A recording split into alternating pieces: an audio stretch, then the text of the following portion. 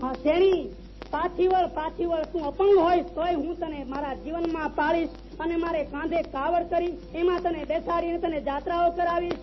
પણ શેણી કે છે કે વિજાનંદ હવે તીસરા ફારવા મૂકી દે. પણ છેલ્લી મારી ઈચ્છા છે જે બીન ઉપર હું મોહી છું એ બીન છેલ્લું બજાવી લે. વિજાનંદ જંતર વગાડ આ હે માળો હલકું દિયે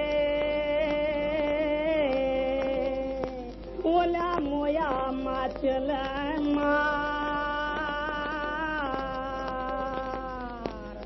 માછલિયું ટોળે વળે.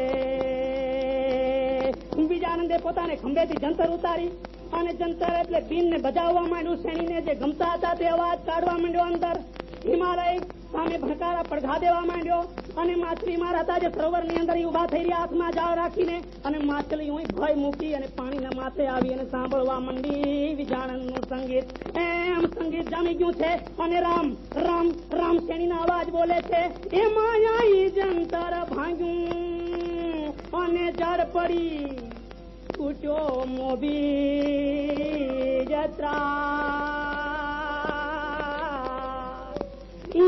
વેદાની શેણી અલગ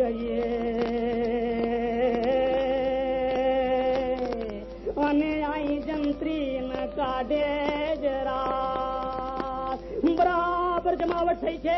એમાં વિજાનંદના હાથમાંથી પીન પડી ગયું, સરળ પડી અને મોભી કેતા મુખ્ય જે તાર છે એનો તૂટી ગયો. અહીં જંતર નો તાર તૂટી ગયો, ત્યાં શેણી નો જીવ ચાલ્યો ગયો અને અહીં વિજાનંદ નો કંઠ પણ તૂટી ગયો.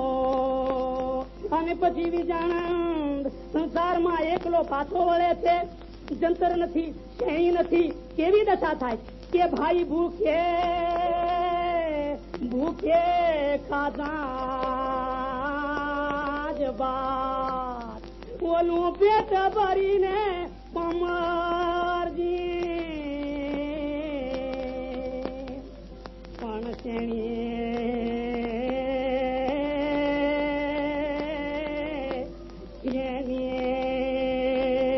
જેવો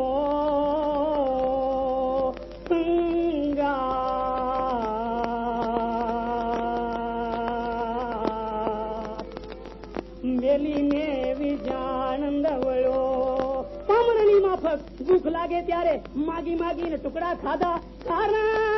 કારણ કે શેણી જેવો સંગાત મેલીને વિજાનંદ વળ્યો. એ જીવતરમાં રસ શું હોય. શેણીને મૂકી ભેગી બેસી અને પોતે હિમાલયમાં ગળી ન શક્યો. શેણી જેવો જ સાથ મેલીને વિજાનંદ વળ્યો.